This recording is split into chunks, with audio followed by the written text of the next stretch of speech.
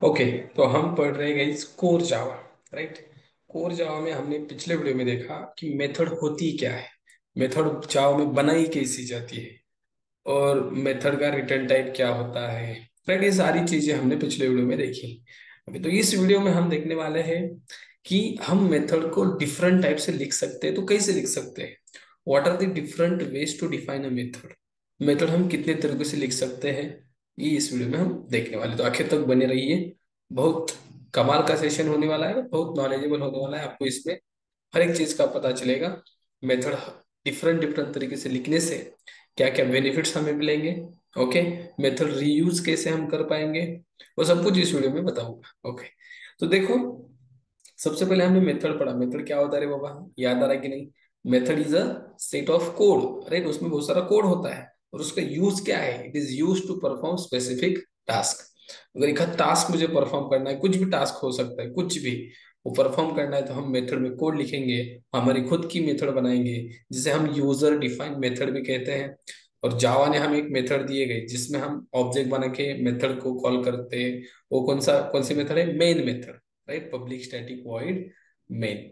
But हमें user defined method हम create करते हैं, तो कितने तरीकों से हम कर सकते हैं? तो वो देखिए, हम मेथड क्रिएट कर सकते हैं चार तरीकों से। कितने तरीके होते हैं? चार तरीके होते हैं मेथड क्रिएट करने में।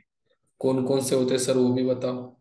देखो, सबसे पहला तरीका होता है, फ्रेंड्स, सबसे पहला तरीका होता है method method with parameter but no return type. ऐसी मेथड जिसमें पैरामीटर होते हैं बट रिटर्न टाइप नहीं होता। पैरामीटर पे आपको इस वीडियो में समझ में आएगा एग्जैक्टली होता है क्या है पैरामीटर। ठीक है। सेकेंड वे होता है, हर एक वे को हम अच्छे से पढ़ेंगे। सबसे पहले मैं बताता हूँ कितने होते हैं। Method without parameter, without parameter but with return type, with return type, जिसमें पैरामीटर नहीं होते बट रिटर्न टाइप होता है। थर्ड टाइप होता है guys, method method with parameter and and with return type, जिसमें पैरामीटर भी हो और रिटर्न टाइप भी हो। और लास्ट में एक होता है ऐसी मेथड जो पैरामीटर भी नहीं है, without parameter and no return type, जिसमें रिटर्न टाइप भी नहीं हो। ऐसी भी मेथड हो सकती है।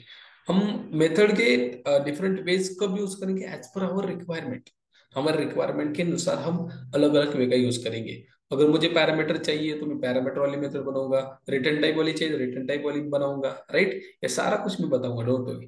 तो देखो, सबसे पहला वाला मेथड का टाइप है जो मेथड विद पैरामीटर पर नो रिटर्न टाइप। इसको हम सबसे पहले देखेंगे, ओके। इसके लिए एक नया पेंट ओपन करता हूं मैं, तो यहाँ पे हम देखेंगे method with, just wait, method with parameter but no return type. ऐसी मेथड जिसमें पैरामीटर तो होता है बट रिटर्न टाइप नहीं होता। तो सिंटैक्स बताइए, या एग्जांपल बताइए इस मेथड का। तो एग्जांपल देखिएगा, इस मेथड हम कैसे बनाते हैं जिसमें रिटर्न टाइप होता है, बट ये क्या बोल रहा है? No return type. No return type का ही मतलब है मेथड कुछ भी रिटर्न नहीं करेगी। और कुछ भी रिटर्न नहीं करेगी मतलब इट शुड बी वॉइड। हमने पढ़ा है, वॉइड मतलब कुछ भी रिटर्न नहीं होता, राइट। ओके, फिर मेथड का नाम सपोज मैंने दिया ऐड, ओके, दैट्स इट। और यहाँ पे इसका ब्लॉक, राइट। अब इसमें देखो क्या बोला है, मेथड विथ पैरामीटर। हमने देखा है इस ब्रैकेट में होते हैं पैरामीटर। अब पैरामीटर क्या होता है? Parameter is nothing but variable को आपको डिक्लेयर करना पड़ता है, जितने आपको वेरिएबल लगेंगे। वेरिएबल डिक्लेरेशन होता है सर, सिंपल, यस। इसमें मैंने दिया इंटीजर ए। क्या है रे वो भाई? वेरिएबल का डिक्लेरेशन है। ये हुआ आपका एक पैरामीटर, एक पैरामीटर। और पैरामीटर पास करने से क्या होता है ये भी प्रैक्टिकली बताऊंगा आपको। इस इसको कॉल करते टाइम इसको यहाँ आपको वैल्यू पास करनी पड़ती है, उसे हम आर्गुमेंट बोलते हैं। We need to pass argument, okay, to this parameter. अगर आपको बहुत सारे पैरामीटर चाहिए आप ले सकते हो, इंटीजर बी। अपने सर एक ही टाइप के लेने पड़ते हैं क्या? नहीं रे बाबा, you can take any type of parameter. मैंने लिया string, yes. You can take char c, मतलब किसी भी टाइप का पैरामीटर आप ले सकते हो, ओके, नो प्रॉब्लम। ये हो गया, यहाँ आपका क्या होगा, कोड होगा। ये क्या हुआ, method with parameter but no return type. Return type मतलब ये रिटर्न कुछ भी नहीं करेगी, but it will take some parameters. ये एक हो सकता है, दो हो सकते हैं, 10 हो सकते हैं, कितने भी हो सकते हैं पैरामीटर। ओके, मतलब क्या, मेथड में हम पैरामीटर पास कर सकते हैं। अगर आपने मेथड में पैरामीटर पास कर दिए तो ध्यान से सुनना, जब आप इस मेथड को कॉल करेंगे, जब आप इस मेथड को कॉल करोगे, कैसे कॉल करते हैं हम, सिंपल ऑब्जेक्ट बनाते हैं। सपोज एक स्टूडेंट नाम का क्लास है, स्टूडेंट का ऑब्जेक्ट बना दिया हमने, हम क्या करते हैं कॉल करने के लिए, यस डॉट ऐड करते हैं। देखो मैंने जैसे ही कॉल कर दिया, ये ऐड मेथड बोलेगा अरे भाई मुझे इतने पैरामीटर के वैल्यू चाहिए, दैट इज व्हाट आर्ग्यूमेंट। इसे हम बोलते हैं पैरामीटर, और इसे हम बोलेंगे, यहाँ जो पास करेंगे इसे हम बोलेंगे आर्ग्यूमेंट। Don't forgot, okay. देखो तो इसमें कितने पैरामीटर है, देखो 1 2 3 4। पहला कौन सा टाइप का है, इंटीजर, तो पहला वैल्यू क्या होना चाहिए, इंटीजर ही होना चाहिए। ऐसा नहीं कि पहला वैल्यू अलग आप रख दो, मतलब स्ट्रिंग का यहाँ लिखो, नहीं, जैसा उसका क्रम है वैसा फॉलो करना पड़ेगा। 10, फिर कोमा दो, उसके बाद क्या है, फिर से इंटीजर मैंने दिया, फिर 20, फिर क्या है, स्ट्रिंग है तो आपको क्या पास करना पड़ेगा, स्ट्रिंग ही पास करना पड़ेगा। मैंने आदि पास कर दिया। फिर क्या है, क्या तो आपको कैरेक्टर ही पास करना पड़ेगा, ऐसे। वॉट इट, मतलब मेथड जितने पैरामीटर लेती है उतने आर्गुमेंट उसको देने पड़ते हैं। अगर आपने एक भी आर्गुमेंट मिस किया, नहीं दिया, तो आपको आएगा एरर, बिकॉज ये मेथड क्या बोलेगी, अरे भाई 4 पैरामीटर है और तुम 3 ही वैल्यू दे रहे हो, या गलत भी वैल्यू दी। सपोज आपने यार 10 की जगह यहाँ पे लिख दिया आदि, गलत है ना, पहला पैरामीटर इंटीजर है ना, आप पास करे हो string, this is totally wrong. आपको यहाँ इंटीजर ही पास करना है, मतलब जैसे पैरामीटर का क्रम है, इंटीजर फिर स्ट्रिंग और फिर क्या है, वैसे ही आपको वैल्यू देने हैं। समझ में आया, this is what method with parameter but no return type. इसमें रिटर्न टाइप कुछ भी नहीं है, दैट मीन्स void है। void मतलब कुछ भी रिटर्न नहीं होता, तो इसको हम नो रिटर्न टाइप होते हैं। ठीक है, I hope you will getting clear idea about first way to write a method. Okay, इसको प्रैक्टिकली भी करके दिखाया जाएगा जट से। चलो इसको प्रैक्टिकली भी करके देखते हैं, बाद में अलग नेक्स्ट मेथड का जो वे है वो पढ़ते हैं। चलो आ जाओ इंग्लिश पे। यहाँ हमने कर दिया था, देखो मेथड बनाया था, इसको मैं डिलीट करना चाहूंगा, और बाद में एक और मेथड लिखूंगा जो अभी लिखी थी। कौन सी है guys, method with parameter, void add नाम की मेथड, और इसमें पैरामीटर दिए थे हमने, इंटीजर ए, इंटीजर बी, फिर स्ट्रिंग यस, फिर क्यार सी, ऐसे कुछ तो दिए थे ना, राइट। ये मेथड, और यहाँ पे कोड कुछ भी लिखो, मैंने लिखा, इसमें लिखा simple hi, hi everyone welcome to my channel, right, ऐसे। अब देखो, इसको हम जब कॉल करेंगे इस ऐड को, कहाँ कॉल करना है, यहाँ पे कॉल करना है हमें, कैसे, आर डॉट ऐड। जैसे मैंने इस ऐड ऐड को कॉल कर दिया, और देखो एरर दे रहा है, क्यों एरर दे रहा है, अरे ये बोल रहा है you need to pass argument. देखो कितने, 1 2 3, सपोज मैंने एक ही पास कर दिया, 10 पास कर दिया, फिर भी एरर स्टिल हमारे पास है, क्यों, अरे भाई सब कुछ पास करना पड़ेगा। देखो कितने पास, पहला इंटीजर, दूसरा भी इंटीजर, मैंने 20 पास किया, तीसरा स्ट्रिंग है, आपको यहाँ पे स्ट्रिंग पास करना पड़ेगा, फिर एरर है देखो, चौथा भी हमें देना पड़ेगा कैर। अब देखो यहाँ पे एरर, व्हाट हैपन, हाँ गया, सेव करने से गया। देखो पहला इंटीजर, दूसरा इंटीजर, तीसरा स्ट्रिंग, चौथा कैरेक्टर, राइट। अगर मैंने इसको हटा दिया, you will get error because this method takes 4 parameter and you are going to pass only 3 arguments, so this is cheating ना, so you need to pass character. अब बोले सर दूसरा कौन सा पास कर दे, तो नहीं चलेगा ना। ये देखो ये क्या ले रहा है, कैरेक्टर, और आप पास करो इंटीजर, कैसे चलेगा, नहीं।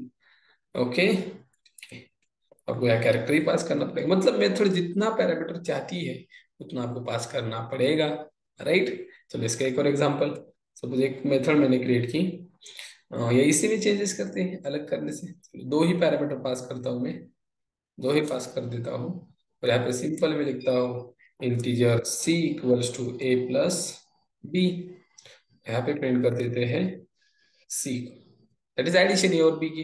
अब बोले सर यहाँ वैल्यू आएगी कहाँ से? अरे भाई यहाँ से आएगी ना, यहाँ से पास करनी पड़ेगी दो वैल्यू। चलो हमने पास कर दी कि नहीं, 10 इसके लिए और 20 इसके लिए। ये 10 ए में आ जाएगा, 20 बी में आ जाएगा, 10 प्लस बी 20 30 आएगा, इसमें स्टोर होगा, और you will get print also 30। चलो देखते हैं, you will get output 30, right? मतलब समझ में आया? Parameter we can pass, any any number of parameter you can pass. I think समझ में आ गया है। अब आगे जाने में कोई दिक्कत नहीं है, ठीक है? तो चलो अब नेक्स्ट टाइप देखते हैं। नेक्स्ट टाइप है गाइस, नेक्स्ट टाइप है, यहाँ पर भी लिख दो क्या? मैं यहाँ पर ही चेंज करता हूँ, मेथड विथ, क्या था? Method without parameter but return type, with return type, without parameter but, without parameter but with return type. Okay, parameter है क्या? नहीं तो हटाओ पैरामीटर। एक दो पैरामीटर मैंने हटा दिए, ये सेकंड है ना वे, राइट? पैरामीटर मैंने हटा दिए, बट रिटर्न टाइप है, कुछ भी रिटर्न टाइप हो सकता है, मैंने इंटीजर दे दिया। ओके, यहाँ से रिटर्न भी करना पड़ेगा इंटीजर। कैसे? You should be right return integer, मैंने 10 रिटर्न कर दिया, चलेगा कि नहीं? बिल्कुल चलेगा। यहाँ पे पैरामीटर पास करना पड़ेगा कि? बिल्कुल नहीं। बट यहाँ पे हमें एक चीज करनी पड़ेगी, ये पैरामीटर तो मांग नहीं रहा है बट रिटर्न कर रहे हैं, इसको स्टोर करना पड़ेगा। क्या रिटर्न कर रहा है? 10, 10 is what? Integer value. So we need to store integer type of variable. मैंने वैल्यू नाम का इंटीजर टाइप का वेरिएबल लिया, और इसमें इस फंक्शन को, मेथड को स्टोर कर दिया। क्यों? अरे मेथड रिटर्न क्या कर रहा है? इंटीजर। स्टोर किस में किया? इंटीजर में ना। तो यहाँ पे सिंपल प्रिंट कर दो, system dot out dot println, इस वैल्यू को प्रिंट करो, दैट्स इट, हो गया काम आपका। ठीक है, मतलब मेथड में पैरामीटर नहीं है, return type, yes sir return type है ना, ये देखो। और रिटर्न टाइप है मतलब यहाँ से रिटर्न भी करना पड़ेगा। क्या? जो रिटर्न टाइप है वही, या जो रिटर्न कर रहे हो ना वही रिटर्न टाइप होना चाहिए। यहाँ से रिटर्न 10, 10 इज इंटीजर, तो इंटीजर रिटर्न टाइप। यहाँ से कैरेक्टर रिटर्न क्या होता, तो क्या रिटर्न टाइप? चलो दिखाता हूँ, आ जाओ यहाँ पे। यहाँ पे हम इसको चेंज कर लेते हैं, यहाँ पे सिंपल लिखता हूँ मैं, इंटीजर ऐड, पैरामीटर है क्या इसमें? बिल्कुल नहीं, बट इसमें रिटर्न टाइप है इंटीजर, तो यहाँ पे रिटर्न क्या करना पड़ेगा? 10। अब बोले सर 10 ही, दूसरा नहीं का? 100 कर दो भाई, कौन सी भी इंटीजर वैल्यू कर दो, 24, कौन सी भी इंटीजर वैल्यू रिटर्न कर सकते, कौन सी भी। तो यहाँ पर भी पैरामीटर नहीं पास करने पड़ेगा, बट ये मेथड कुछ तो रिटर्न कर रहा है, right? We need to add inside the integer type of variable, और यहाँ पे इस वैल्यू को प्रिंट कर देंगे। तो हमें रिटर्न जो 24 है, ये फंक्शन मेथड रिटर्न कर रहा है, इसमें स्टोर हुआ, और we will get 24 as a result. अब सर हम ऐसे कर सकते हैं, सपोज मैंने यहाँ पे लिया integer a equals to 50, and यहाँ पे मैंने रिटर्न किया एक, चलेगा कि नहीं चलेगा मुझे बताओ? अब बोले सर आप तो ए को रिटर्न कर रहे हैं। अरे भाई ए किस टाइप का, ये वो भी देखो ना, ए किस टाइप का है? इंटीजर। क्यों नहीं रिटर्न कर सकते इस ए को? ये किस टाइप का? इंटीजर, और मेथड का रिटर्न टाइप इंटीजर ही है ना, तो ए को रिटर्न कर सकते हैं। ए में क्या है? 50, यू विल गेट 50, राइट? बिल्कुल कर सकते हैं, देखो 50 मिला।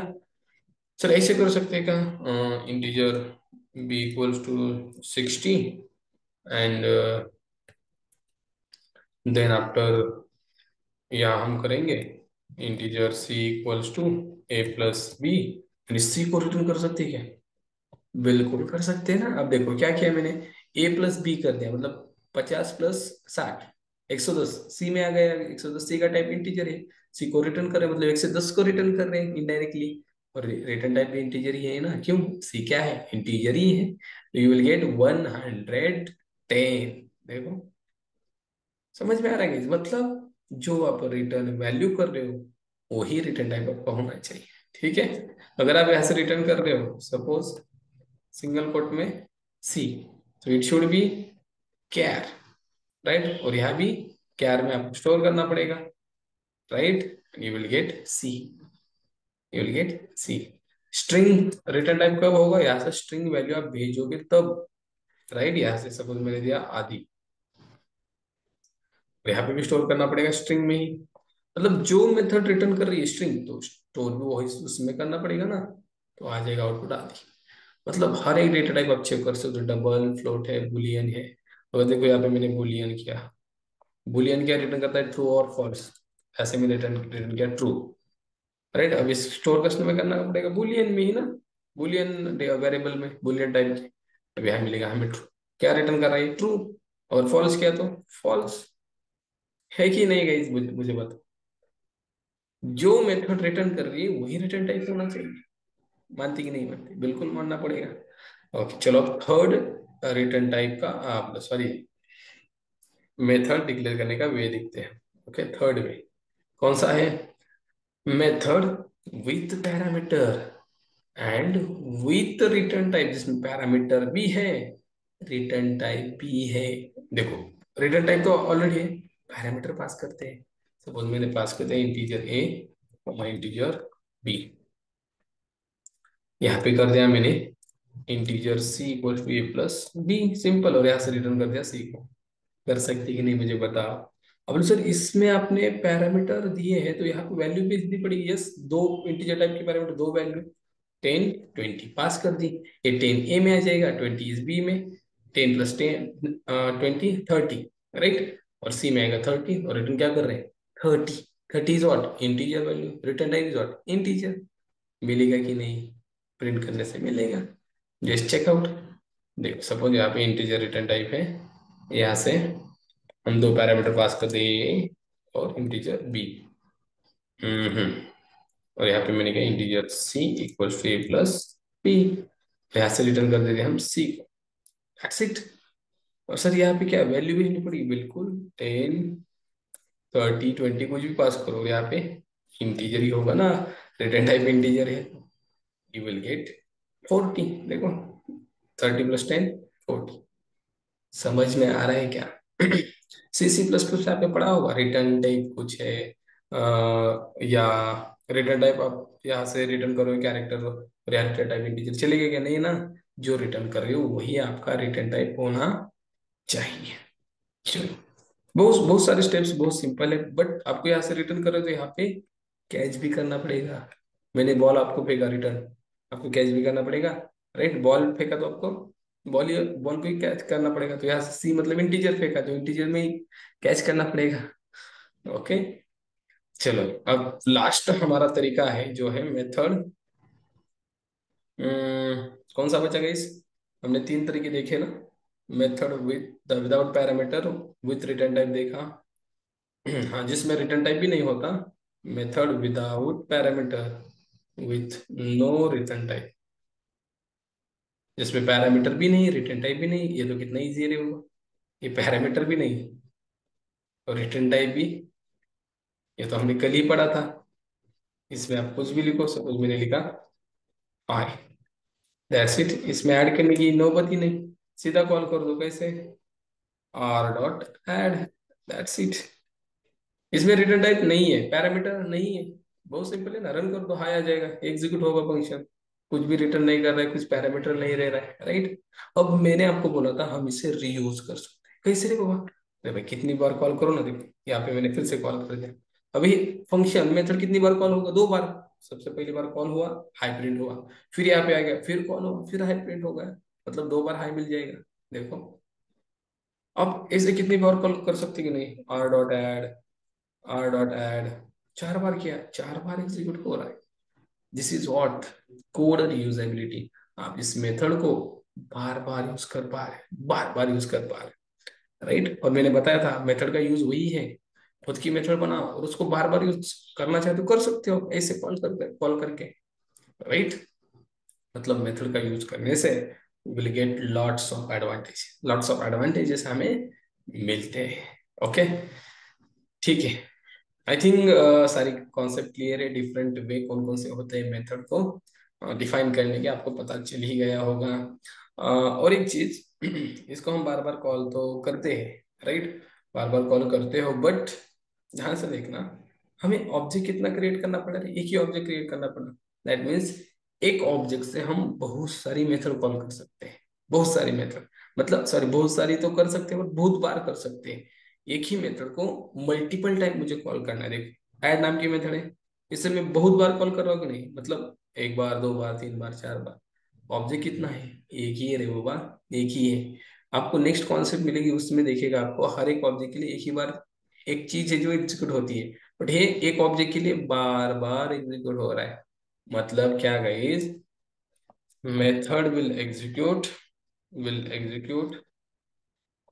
number of times number of times for single object. एक ऑब्जेक्ट के लिए मेथड नंबर ऑफ टाइम्स कितने भी बार कॉल करो हो जाएगी। देखो ये चार बार कॉल हो रहा है एक ही ऑब्जेक्ट से, राइट। अब बोलोगे सर दूसरा ऑब्जेक्ट भी होता है, यस बिल्कुल। देखो इस राम का दूसरा object Ram, R1 = new Ram. ये अलग ऑब्जेक्ट हुआ कि नहीं, ये R1 अलग है, ये R अलग है, समझ में आ रहा है। तो ऐसे हम बहुत सारे ऑब्जेक्ट क्रिएट कर सकते हैं, मैं आपको दिखाऊंगा जब हम कंस्ट्रक्टर पढ़ेंगे, उसमें बहुत सारे कॉन्सेप्ट ऑब्जेक्ट के रिगार्डिंग भी होंगे, वो हम पढ़ लेंगे, ठीक है। चलो अभी के लिए इसको हम हटा देते हैं, ठीक है।